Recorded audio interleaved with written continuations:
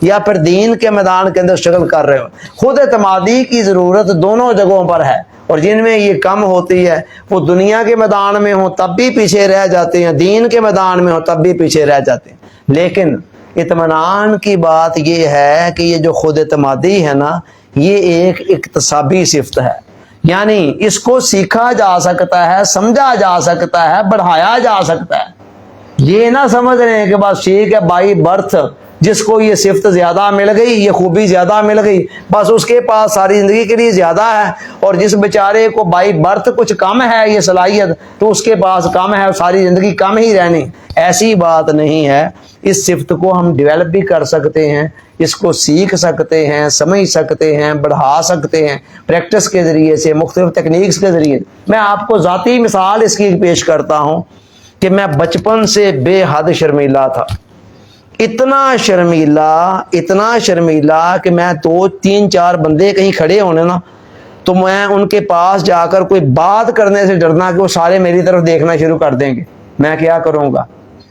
کہیں کل اسکول کے اندر ایسے ہونا کہ جی کوئی کام کسی کے لیے پرنسپل آفس میں ٹیچر نے کہنا چاہیے ذرا وہاں سے مارکر پکڑ لائیے گا، تو میں نے جناب پرنسپل آفس کے اندر جاتے جاتے میرے ہاتھ پاؤں پھول جانے کہ میں وہاں جا کر کیا کروں گا، کیا کہوں گا. ان کے پاس 2-4 بندے اور بھی دائیں بائیں بیٹھے ہوں گے، وہ تو سارے کے سارے میری طرف دیکھنا شروع کر دیں گے، تو میں کیا کروں گا.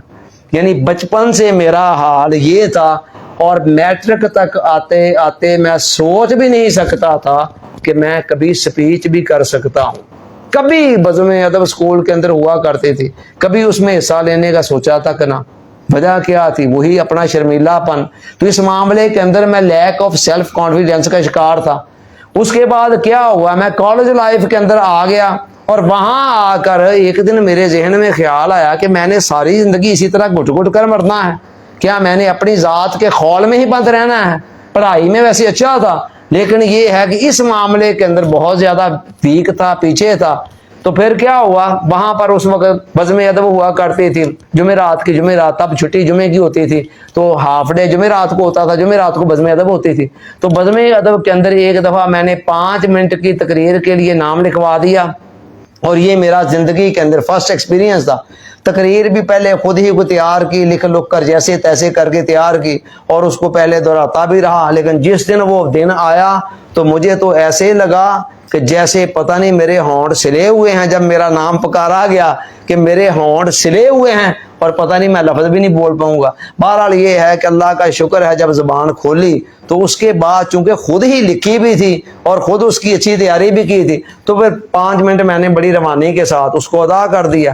اور وہاں سے میرے اندر ایک کانفیڈنس نے جنم لیا کہ اگر زندگی کی پہلی تقریر میں اس طرح کر سکتا ہوں تو آگے چل کر دوبارہ بھی کر سکتا ہوں. چلتے چلتے چلتے چلتے اللہ کا شکر ہے، اور آج جتنا بڑا مجمع ہو اتنا ہی زیادہ اسپیچ کا مزہ بھی آ رہا ہوتا ہے.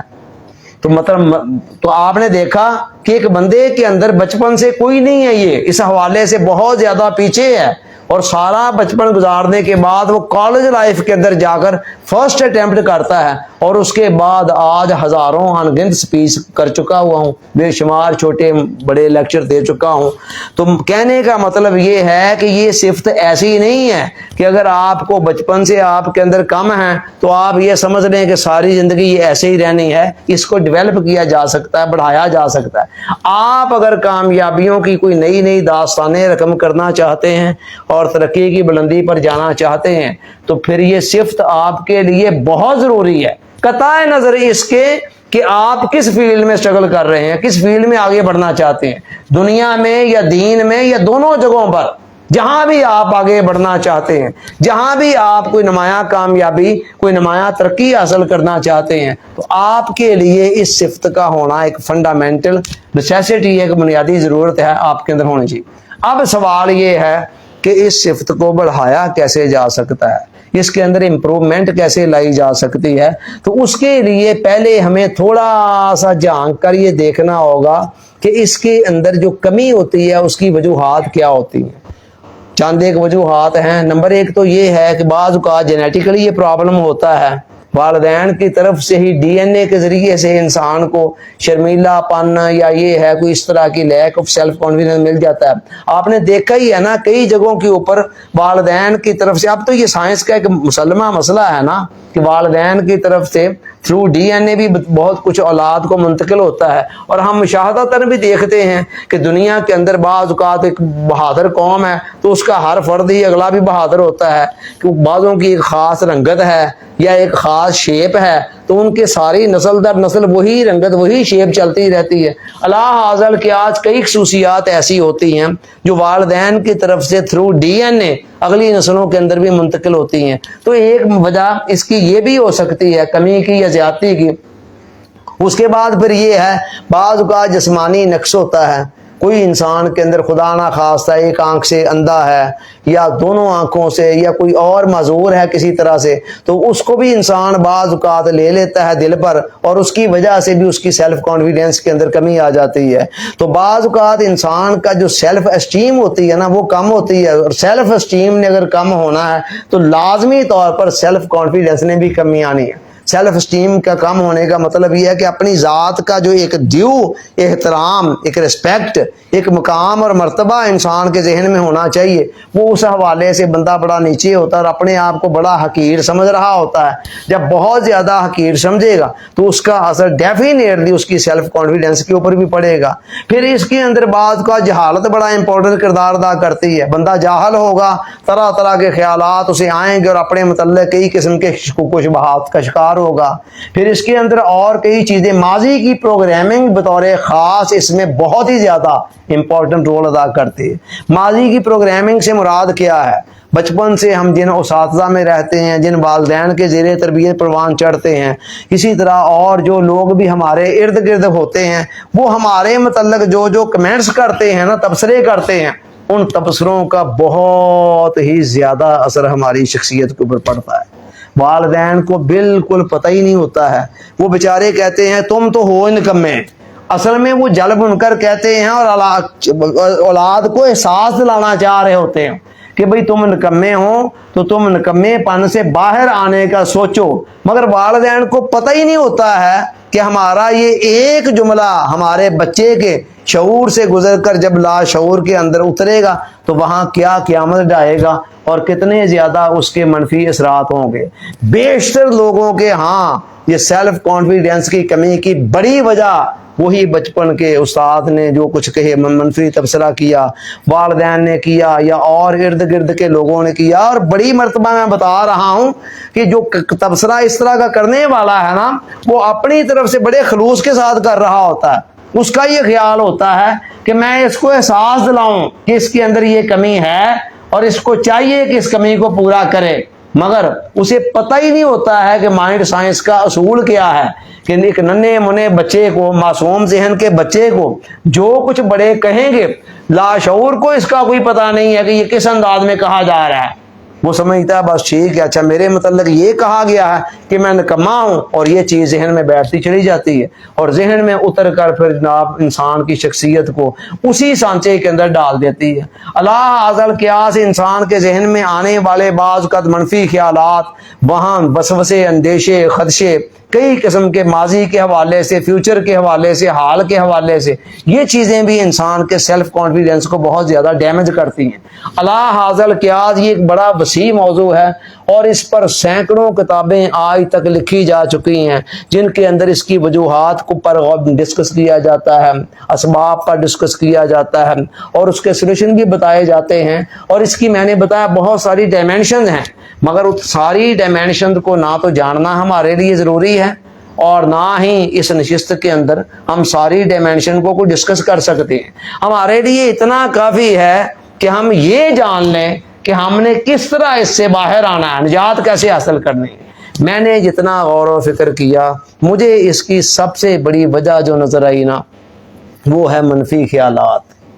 خود اعتمادی کے اندر کمی کی جو بڑی وجہ مجھے نظر آئی ہے نا وہ منفی خیالات، مختلف وجوہات کی بنا پر. اسی کے اندر ماضی کی پروگرامنگ بات اوقات ہوتی ہے کہ والدین نے ایک بات کہی تو بعد میں بندہ خود بار بار سوچتا ہے اچھا یار میں تو ایسا ہوں، مجھے تو یہ لقب پہلے سے ملا ہوا ہے، میں تو ہوں ہی ایسا۔ یہ جو ہم اپنے متعلق جو کچھ امیجن کرتے ہیں نا، سوچتے ہیں، خیال کرتے ہیں، یہ ہے میرے نزدیک وہ بہت بڑی وجہ جو ہماری خود اعتمادی کی بہت بڑی دشمن ہے۔ اس کو میں وائرس سے تشبیہ دیا کرتا ہوں۔ وائرس ایک ایسی چیز ہے کہ جو عام آنکھ سے تو کیا، ایک عام مائکروسکوپ سے بھی نظر نہیں آتی ہے، مائکروسکوپ نظر نہیں آتا، لیکن اس کا وجود تو ہے۔ اور وہ مائکروسکوپ جناب آنکھ سے نظر نہ آنے والا اتنا ٹائنی، اتنا معمولی، اتنا حقیر سا ذرہ، اس کا سچویشن یہ ہے کہ بڑے بڑے پہلوانوں کو چاروں شانے چت گرا دیتا ہے۔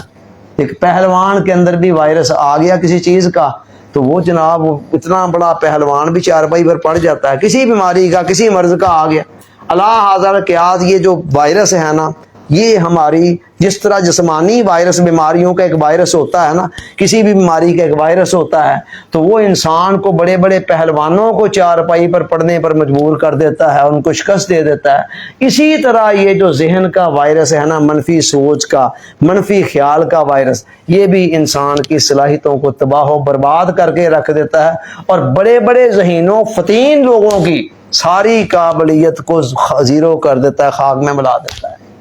ہمارے ہاں المیہ یہ ہے کہ مذہبی دینی لوگوں کا اس طرف عام طور پر کوئی رجحان نہیں ہے۔ میں نے جتنا غور کیا ہے مجھے یہ نظر آیا ہے کہ لوگوں بیچارے بڑے لوگ ایسے ہیں جو دین کی راہ پر چلنا چاہتے ہیں، مگر مصیبت یہ ہے ان کا کوئی نہ کوئی سائیکولوجیکل پرابلم ہے جو ان کے راستے میں رکاوٹ بنا ہوتا ہے۔ لیکن وہ سائیکولوجیکل پرابلم ڈسکس کس سے جا کر کرے؟ ہمارے ہاں تو یہ سائیکولوجیکل پرابلم کا ہونا بھی ایک اتنی بڑی گالی سمجھی جاتی ہے اور اتنا بڑا عیب سمجھا جاتا ہے کہ بندہ اپنا جسمانی عیب تو کسی سے شیئر کر لیتا ہے، سائیکولوجیکل مسئلہ، ذہنی مسئلہ، وہ کہے گا لوگ مجھے مینٹل کہیں گے، مجھے سائیکو کہیں گے، تو کسی سے بیچارہ ڈسکس بھی نہیں کرتا، گھٹ گھٹ کر مرتا ہے۔ تو تبلیغیں یہاں پر کیا کریں گی؟ ایک بندے کو جتنی مرضی میں تبلیغ کر رہا ہوں، اگر اس کے اندر کوئی وائرس آیا ہوا ہے کسی مائنس سوچ کا، جب تک اس مائنس سوچ کے وائرس کا کوئی علاج نہیں کیا جائے گا تب تک میری تبلیغوں کا کیا اثر ہوگا؟ وہ میری تبلیغوں کے زیر اثر نیک بننا چاہے گا، مگر اس کا مسئلہ یہ ہے کہ اس کے پاس سولوشن کوئی نہیں اس وائرس کا، وہ اتنا اس کا مقابلہ کرتا ہے۔ جتنا زیادہ آپ نے اپنے کسی منفی خیال کا مقابلہ کرنا ہے نا، اتنا ہی زیادہ آپ نے شکست کھانی ہے اور خیال نے آپ پر غالب آنا ہے۔ اس نقطے کو سمجھ لیں۔ 1926 کے اندر، آج سے تقریباً 1 صدی پہلے، ایمل کووے ایک ویسٹرن رائٹر ہے، اس نے ایک کتاب لکھی بڑے کمال کی، اور وہ بندہ ذہن کی ان گہرائیوں تک چلا گیا کہ اس سے پہلے شاید کوئی وہاں تک نہیں گیا تھا۔ اس نے جناب ایسے ایسے فارمولے بنا دیے خیال کی دنیا کے کہ انسان حیران رہ جاتا ہے کہ وہ بالکل ایگزیکٹلی صحیح ہیں۔ تو یہ آج سے 1 صدی پہلے کی بات کر رہا ہوں، 1926 کے اندر پہلی مرتبہ وہ کتاب چھپی تھی۔ ہمارے ہاں اس کا ترجمہ حسین پبلشر والوں نے خیال کی طاقت کے نام سے کیا ہوا۔ ایمل کووے یہ کہتا ہے کہ جب بھی آپ کے ارادے اور خیال کے اندر ٹکراؤ ہونا ہے تو جیت ہمیشہ خیال کی ہونی ہے۔ یعنی آپ سوچ رہے ہیں کہ میں نے صبح 4 بجے اٹھنا ہے، خیال کہہ رہا ہے کہ نہیں اٹھ سکتے، بس اب ٹکراؤ ہو گیا، آپ کہتے ہیں نہیں میں نے اٹھنا ہے، جتنا آپ کہتے ہیں میں نے اٹھنا ہے، اندر سے آواز آ رہی نہیں اٹھ سکتے، نہیں اٹھ سکتے۔ تو جب بھی آپ ایسے ہونا ہے تو آپ نے خیال کو جہاں بھی ارادے کے بل بوتے پر دبانے کی کوشش کرنی ہے، وہاں جیت اینڈ پر خیال کی ہونی ہے۔ اچھا، آپ نے کئی مرتبہ سے دیکھا ہوگا کسی بعض اوقات کسی بندے کو، یا شاید آپ کو بھی کبھی ہوا ہو کہ بہت زیادہ ہنسی آ رہی ہوتی ہے اور وہ موقع ہنسنے کا نہیں ہوتا ہے، آپ چاہتے ہیں، ارادے کے ذریعے سے چاہتے ہیں کہ نہیں میں نے نہیں ہنسنا ہے، لوگ کیا کہیں گے میرے دائیں بائیں بیٹھے ہوئے، لیکن جتنا آپ یہ سوچتے ہیں میں نے نہیں ہنسنا ہے، اتنا ہی زیادہ اندر سے کیا چل رہا ہوتا ہے، خیال کہہ رہا ہوتا ہے نہیں تم ہنسی نہیں روک سکو گے۔ تو لہذا ارادے اور خیال کے ٹکراؤ کے اندر ہمیشہ جیت خیال کی ہوتی ہے، مگر اس بات کو سمجھنے والے کتنے ہیں؟ بہت کم۔ اب لوگ کیا کرتے ہیں، ایک منفی سوچ آتی ہے، میرے ساتھ ڈسکس ہوتا رہتے ہیں یہ معاملات کئی مرتبہ، چونکہ میرا فیلڈ جو یہ ہے، تو لوگ بیچارے آتے ہیں، روتے ہیں، اپنی کہانیاں سناتے ہیں، کہتے ہیں ہم تو مر جائیں گے ان خیالوں کے ہاتھوں، لڑتے لڑتے ہیں ان سے، ادھر نماز کے لیے کھڑے ہوتے ہیں، ادھر خیالات آنا شروع ہو جاتے ہیں، کریں کیا؟ اور خیالات بھی ایسے کہ بندہ جل بن کر رہ جاتا ہے کہ یہ خیال میرے ذہن میں آ رہا ہے۔ خیر میں اب وہ سارے پورے موضوع کی طرف نہیں جا رہا ہوں، یہ تو ضمناً بات آ گئی۔ میں اس وقت خیال کی جو بیماریاں ہیں اس کی ایک ڈائمینشن کو ہم ڈسکس کر رہے ہیں، اور وہ ہے لیک آف سیلف کانفیڈینس، خود اعتمادی۔ تو وہاں پر یہ تشریح تھوڑی سی آگے آ گئی ہے، تو میں واپس وہاں پر آتا ہوں جہاں کہ میں نے کہا یہ ایک وائرس کی مانند ہے، ٹھیک ہے؟ منفی خیال کہ میں تو نہیں یہ کر سکوں گا، مجھ سے تو نہیں یہ ہو سکے گا، بس اتنا خیال آتا ہے۔ آپ جتنا مرضی ارادے کے ذریعے سے اس خیال کو مغلوب کرنے کی کوشش کریں، یہ مغلوب نہیں ہوگا۔ میں سال ہر سال تک اس بات پر غور و فکر کرتا رہا کہ what is the solution of this problem. جب ایمل کووے کہتا ہے کہ ارادے کو خیال کے بل بوتے پر، خیال کو ارادے کے بل بوتے پر آپ ختم نہیں کر سکتے، اور واقعی بات بھی ایسے ہی ہے، تو پھر اس کا سولوشن کیا ہے؟ تو چلتے چلتے وائرس کا پتہ ہے آپ کو سولوشن کیا ہوتا ہے؟ وائرس کا سولوشن کوئی چھوٹی موٹی دوائی نہیں ہوتی ہے، وہ ٹیبلٹ سے نہیں جاتا، اس کے لیے ایک ویکسین تیار کی جاتی ہے۔ کرونا وائرس آیا تھا نا، تو کرونا وائرس کے لیے ویکسین تیار کی گئی تھی، اور وہ ویکسین جب لگ گئی لوگوں کو، اس کے بعد پتہ نہیں اب کہاں چلا گیا ہے، نہیں اب فیل ہوتا ہے۔ تو کہنے کا مطلب یہ ہے کہ وائرس کی ہمیشہ ویکسین ہوتی ہے۔ کرونا سے پہلے بھی کئی وائرس آ چکے ہوئے ہیں جن کی ویکسین ہمیں لگائی جاتی ہے، بچوں کو نہیں یہ حفاظتی ٹیکے وغیرہ لگائے جاتے، یہ بھی تقریباً اسی ویکسین کی ایک قسم ہے۔ تو مطلب یہ ہے کہ اس کے لیے کوئی نہ کوئی ویکسین ہونی چاہیے تھی۔ تو بہت غور و فکر کے بعد ایک ویکسین میرے سمجھ میں آئی، بہت سال پہلے آ چکی ہوئی ہے، تو میں چاہ رہا ہوں کہ وہ آپ سے ڈسکس کروں۔ جس طرح کرونا وائرس کی ویکسین کی 2 ڈوزز تھی، اس کی بھی 2 ہی ڈوزیں ہیں۔ پہلی ڈوز ہم آج سے آپ سے آج ڈسکس کرنے جا رہے ہیں، دوسری ڈوز جو ہے وہ انشاءاللہ دوسرے لیکچر کے اندر بیان ہوگی۔ پہلی ڈوز جو ہے یہ بھی 3 انگریڈینٹس پر مشتمل ہے، 3 اجزاء پر مشتمل ہے۔ دوسری ڈوز بھی 3 اجزاء پر ہی مشتمل ہوگی۔ پہلی ڈوز کے وہ 3 انگریڈینٹس، وہ 3 اجزاء کون سے ہیں؟ آئیے ذرا ان کو ہم تھوڑا سا ڈسکس کرتے ہیں۔ اچھا، اگر آپ میڈیکل سائنس کی زبان میں بات کریں تو پھر یہ وائرس کے مقابلے میں کیا ہوگی؟ ویکسین۔ اور اگر آپ کمپیوٹر کی لینگویج میں بات کریں تو پھر وائرس کے مقابلے میں کیا ہوتا ہے کسی کے علم میں؟ اینٹی وائرس، ٹھیک ہے؟ تو پھر اس کو آپ اینٹی وائرس کہہ سکتے ہیں۔ دونوں میں سے جو مرضی ٹرم یوز کر لیں، دونوں اس پر اوپر فٹ ہیں۔ اینٹی وائرس کو بھی کیا کرنا ہوتا ہے؟ ہم نے کمپیوٹر کے اندر ایک دفعہ انسٹال کر دینا ہوتا ہے نا، اس کے بعد وائرس جانے اور وہ اینٹی وائرس جانے، وہ پھر ہمارا ایشو نہیں رہ جاتا۔ بس ہم نے ذہن کے کمپیوٹر کے اندر ایک دفعہ اس کو انسٹال کرنا ہے، اور اگر وہ میڈیکل سائنس کی زبان میں بات کرنا ہے تو ایک دفعہ اس ویکسین کی ڈوز کو ہم نے انجیکٹ کرنا ہے اندر۔ اس کے بعد یہ ہے پھر وہ بیماری جانے، وہ وائرس جانے اور اس کی وہ ویکسین جانے، یا وہ وائرس جانے اور اس کا اینٹی وائرس جانے۔ اچھا جی، جو پہلی ڈوز ہم دینے جا رہے ہیں اس کے اندر 3 چیزیں۔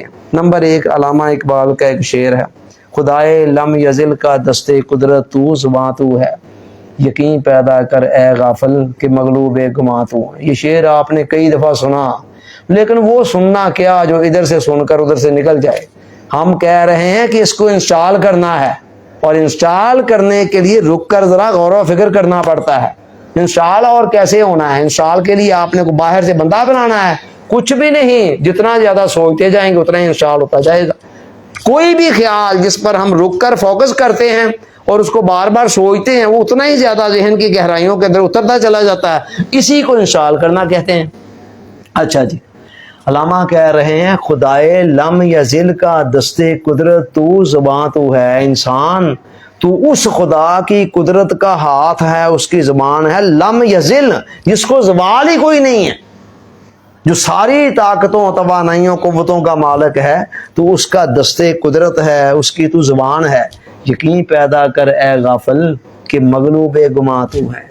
اے اپنے مقام اور مرتبے سے غافل انسان، اپنے اندر یقین کا چراغ جلا، تو اپنے گمان کے ہاتھوں مغلوب ہوا ہے۔ تیرا گمان سے مراد وہی خیال جس کو میں کہہ رہا ہوں وائرس، وہ غالب آیا ہوا ہے۔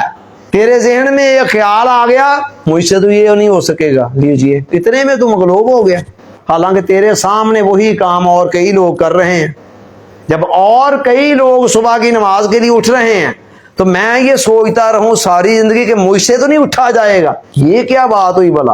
وہ کیسے اٹھ رہا ہے جی، مجھ سے کیوں نہیں اٹھا جائے گا؟ ہم سارے انسان ایک طرح کے ہی ہیں. نیند کے حوالے سے ہماری ضروریات بھی ملتی جلتی ہیں جتنی ہیں, جس طرح کا حساب ہے جو بھی نیند کا ہے وہ سارے کا سارا. تو یقین پیدا کر اے غافل کہ مغلوب گماں تو ہے. گمان کے ہاتھوں مغلوب ہوا ہے, خیال کے ہاتھوں مغلوب ہوا ہے. تو یہ یقین کا سورج جب نکل آتا ہے نا, تو پھر وہ جو تاریکیاں ہیں نا گمان کی, جس کے اندر رات جب ہوتی ہے نا اندھیرا, تو آپ کو پتا ہے کتنے چھوٹے موٹے بچھو, سانپ, چھوٹے موٹے کیڑے مکوڑے باہر نکل آتے ہیں, اور جب سورج طلوع ہوتا ہے وہ سارے اپنے اپنے بلوں میں چلے جاتے ہیں. یہی حال بندہ مومن کا, انسان کا ہے.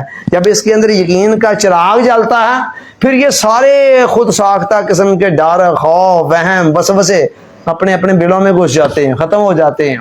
لیکن جب اندر سورج, یقین کا سورج نہیں چل رہا ہوتا, جگ رہا ہوتا, تو پھر کیا ہوتا ہے, پھر یہ ساری چیزیں آتی ہیں انسان کو تنگ کر دیں.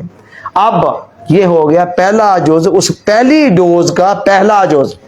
دوسرا اب سوال یہ ہے کہ یقین کہاں سے آئے. علامہ نے کہہ دیا یقین پیدا کر اے غافل. یقین پیدا کہاں سے میں کروں؟ علامہ نے مجھے مشورہ دے دیا. اس کے لیے پھر میری نگاہ انتخاب پڑی ایک کلمے پر جس کو کہتے ہیں لا حول ولا قوت الا باللہ. یہ وہ کلمہ ہے جس کے متعلق آقا نے فرمایا کہ یہ جنت کے خزانوں میں سے ایک خزانہ ہے, اور فرمایا لا حول ولا قوت الا باللہ 99 بیماریوں کا علاج ہے, اور اس میں سے ایک بیماری ہے خوف اور غم. لا حول ولا قوت الا باللہ. صوفی برکت علی صاحب فرماتے ہیں رحمۃ اللہ علیہ کہ لا حول ولا قوت الا باللہ معرفت کی ابتدا, اور یہی کلمہ معرفت کی انتہا ہے. ایک اور جگہ پر فرماتے ہیں کہ لا حول ولا قوت الا باللہ کہہ اور ہر خوف سے بے خوف رہ. اب اس کا مطلب کیا ہے؟ لا حولا, کوئی طاقت نہیں اس کائنات کے اندر, ولا قوتا, اور کوئی قوت نہیں اس کائنات کے اندر کسی کو خیر پہنچانے کی یا کسی کو شر پہنچانے کی, کسی کو فائدہ دینے کی یا نقصان پہنچانے, الا باللہ, مگر اللہ. بس جس وقت یہ اندر اتر جائے گا تو اس کے بعد بندہ حیران ہوا کہ میں یہ ان بتوں سے ڈروں, بتوں سے تجھے امیدیں ہیں اور خدا سے نا امیدی, مجھے بتا تو صحیح اور کافری کیا ہے. علامہ کہتے ہیں تو پھر بندہ کہتا ہے اللہ ہے. جب اللہ کے سوا کوئی ہے ہی کچھ نہیں, جو بھی ظالم, جابر, قاہر, سانپ, بچھو, جس نے بھی مجھے جو بھی نقصان پہنچانا ہے وہ اللہ کی مرضی منشا کے بغیر جب پہنچا ہی نہیں سکتا ہے, تو پھر کسی سے ڈرنے کا کیا مطلب؟ میں یہ قطعاً نہیں کہہ رہا ہوں اس کی ایک تسبیح صبح پر ایک تسبیح شام, اس طرح تو دھاگے ٹوٹ جاتے ہیں, تسبیح کے اثر کوئی بھی نہیں ہوتا ہے. میں کہہ رہا ہوں صرف سوچ سوچ کر اس کے مفہوم کو اندر اتارنا ہے, انجیکٹ کرنا ہے, ٹھیک ہے, اس کو انسٹال کرنا ہے. اور تیسرا جز, اس پہلی ڈوز کا تیسرا اور آخری جز, مستقبل کی 80-85% رکاوٹیں تصوراتی ہوتی ہیں. یہ مائنڈ سائنس کا طے شدہ اصول ہے کہ مستقبل کے حوالے سے جتنی رکاوٹیں ہمارے ذہن میں انج نہ ہو جائے, انج ہو گیا تو کی بنے گا, ایسے ہو گیا تو کیا بنے, وہ 80-85% تصوراتی ہماری خیال کی حد تک ہوتی ہیں. باہر کی دنیا میں ان کا کوئی وجود نہیں ہوتا. اور بعض لوگ تو یہ 80-85 کے فگر کو اس سے بھی زیادہ بڑھا کر بیان کرتے ہیں, لیکن 80-85% تو کنفرم ہے نا. اور آپ کہیں گے جی یہ کیا تھیوری دے رہے ہیں, تھیوری کو چھوڑیں, آپ اپنے پریکٹیکل کو دیکھیں, اپنی آج تک کی لائف کو دیکھیں, کتنی جگہوں پر آپ کا خیال تھا انج ہو گیا تو پھر کی بنے گا, جی انج نہ ہویا تو پھر کی بنے گا, بعد میں بتائیں ویسے ہو گیا. آج تک کی اپنی لائف کو دیکھیں تو آپ کی لائف تصدیق کر دے گی کہ واقعی 80-85% یا اس سے بھی زیادہ ہمارے فیوچر کے حوالے سے خدشے, وہم, وسوسے بے بنیاد ہوتے ہیں, ان کی کوئی حقیقت نہیں ہوتی. یہ 3 اجزاء پر مشتمل پہلی ڈوز ہے, اور اس پہلی ڈوز کو ہی ذرا سوچ سوچ کر انسٹال کر کے دیکھیں, اور اس کے بعد وائرس جانیں اور یہ اینٹی وائرس جانیں. اس کے بعد آپ کو نہیں لڑنا پڑنا ہے, آپ کو تو پہلے لڑنا پڑتا تھا نا, کہ خیال آتا تھا تو اس کے مقابلے میں آپ ہی ہوتے تھے. اب وہ خیال آپ اپنے ارادے کو لے کے آتے تھے کہ اس کو باہر نکالو, وہ خیال کہتا تھا نکال کے دکھاؤ مجھے, جتنا آپ اسے نکالنا چاہتے تھے اتنا ہی زیادہ وہ اور اندر گھساتا تھا. آئندہ آپ نے یہ نہیں کرنا ہے, آئندہ آپ نے صرف یہ کرنا ہے جو ڈوز میں دے رہا ہوں یہ پہلی, اس کو انسٹال کر لیں, اور انسٹال کرتے وقت نہیں سوچنا یہ کام کیسے کرے گی, فلاں معاملہ کیسے حل ہوگا, فلاں کیسے, نہ وہ وقت آنے پر ہر جگہ پر خود ہی اپلائی ہوتی چلی جائے گی. ٹھیک ہے, آپ کا کام ہے خالی و ذہن ہو کر بار بار سوچ کر اپنے ذہن میں یہ انسٹال کر لیں. یہ پہلی ڈوز سے انشاءاللہ سب کچھ بھاگ جائیں گے. تو پھر بھی بہرحال کچھ جو رہ گئے، دوسری ڈوز تو جسٹ پالش کرنے کے لیے ہے اوپر، یہ نہیں ہے کہ اس نے 50% اثر کرنا ہے اور 50% کے لیے آپ کو دوسری ڈوز کا انتظار کرنا پڑے گا، لیکن وہ بھی بڑے کمال کی ہے، وہ بھی جب ساتھ مل جائے گی تو پھر اور زیادہ سونے پہ سہاگا بن جائے گا اور نور نور والا ماحول بن جائے گا۔ تو لہٰذا عزیزان من، اگر آپ کچھ کرنا چاہتے ہیں نا دنیا میں یا دین میں، تو خود اعتمادی آپ کی فنڈامنٹل ضرورت ہے، بنیادی ضرورت ہے، اور اس بنیادی ضرورت کے لیے اس پہلی ڈوز پر غور کریں، اور دوسری ڈوز بھی انشاءاللہ جلد آ جائے گی۔ وما علینا الا البلاغ۔